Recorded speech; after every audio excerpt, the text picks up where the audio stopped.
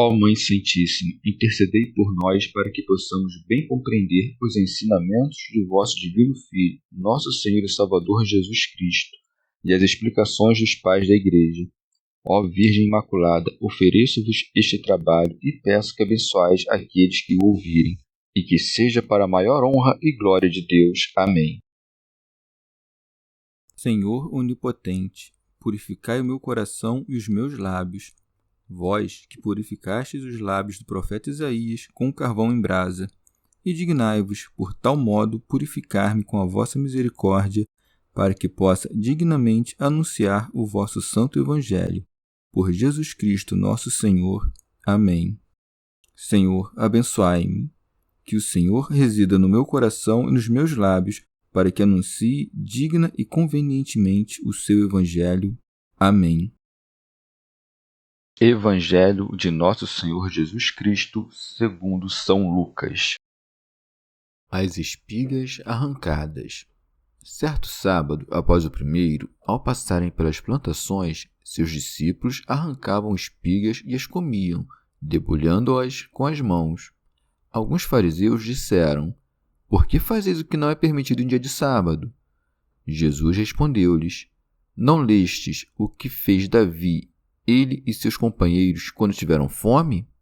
Entrou na casa de Deus, tomou os pães da proposição, comeu deles e deu também aos companheiros esses pães que só aos sacerdotes é permitido comer. E dizia-lhes: O Filho do Homem é Senhor do sábado." Comentários dos Pais da Igreja. Santo Ambrósio. O Senhor começou a libertar o homem da observância da antiga lei, não somente por meio de seus discursos, mas também com a sua conduta e as suas obras. Por isso segue: certo sábado, após o primeiro, ao passarem pelas plantações, seus discípulos arrancavam espigas e as comiam, debulhando-as com as mãos. São Beda. Como os discípulos não tinham tempo para comer devido à impertinência das multidões, tinham fome, pois eram homens. Arrancando as espigas, saciavam suas necessidades, o que mostra a austeridade da sua vida, pois não buscavam pratos elaborados, mas alimentos simples. Teofilacto Diócrida. Diz, pois, certo sábado após o primeiro, porque os judeus chamavam a toda festa sábado. Com efeito, sábado quer dizer descanso. Muitas vezes acontecia que, na véspera do sábado, havia uma festa que era chamada sábado.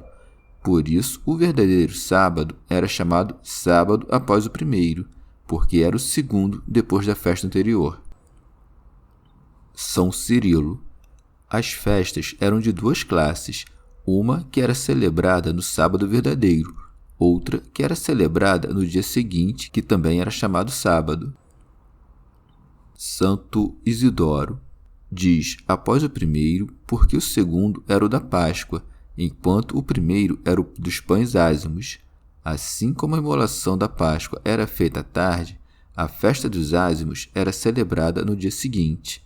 Que assim era, pode-se inferir do que os apóstolos colhiam espigas e as comiam, porque naqueles dias as espigas já estavam maduras. Santo Epifânio. Em dia de sábado, pois, foram vistos passando entre as plantações. Colhiam espigas, manifestando que havia cessado a obrigação de guardar o sábado, por causa da chegada do grande sábado, isto é, Cristo, que nos fez descansar do trabalho dos nossos pecados. São Cirilo. Os escribas e os fariseus, ignorando as sagradas escrituras, conspiraram juntos para acusar os discípulos de Cristo. Por isso segue: alguns fariseus disseram: "Por que fazeis o que não é permitido em dia de sábado? Diz-me tu, quando te aposta à mesa no sábado, não partes o pão? Por que então repreendes os outros?" São Beda. Outros dizem que essas acusações foram dirigidas ao próprio Senhor, mas poderiam ser dirigidas por pessoas diferentes, tanto ao Senhor como aos discípulos. A quem quer que tenham sido dirigidas, dirigiam-se principalmente a ele. Santo Ambrósio. O Senhor acusa os defensores da lei de ignorá-la, citando-lhes o exemplo de Davi. Por isso diz: Jesus respondeu-lhes: Não lestes o que fez Davi, ele e seus companheiros, quando tiveram fome? São Cirilo, como dizendo: Isto é dito expressamente pela lei de Moisés. Julgai segundo a justiça e não façais distinção de pessoas ao julgar. Como repreendeis os discípulos, se até hoje exaltais Davi como santo e profeta, o qual não observou o preceito de Moisés? São João Crisóstomo. Observa que quando o Senhor fala em defesa dos seus servos, isto é, de seus discípulos, traz servos como exemplo, a saber, Davi e os sacerdotes. Quando, porém, fala em seu próprio nome, introduz o Pai, como aqui: Meu Pai não cessa de operar, e eu opero também. Teofilacto Diócrida refuta-os de outra forma quando acrescenta: O Filho do Homem é Senhor do sábado, como dizendo: Eu sou o Senhor que mandou observar o sábado, e como legislador tenho o poder de revogar o sábado. Cristo chamou-se Filho do Homem porque, sendo Filho de Deus, dignou-se miraculosamente, por amor aos homens, se tornar e ser chamado Filho do Homem. São João Crisóstomo. Marcos esclarece que disse isso se referindo às suas naturezas, pois dizia: O sábado foi feito para o homem, e não o homem para o sábado. Por isso convém que o sábado esteja sujeito ao homem, em vez de que o homem dobre o seu pescoço para o sábado. Santo Ambrósio. Este não é um mistério de pouca relevância. O campo é todo este mundo. A messe do campo é a fecundidade numerosa dos santos.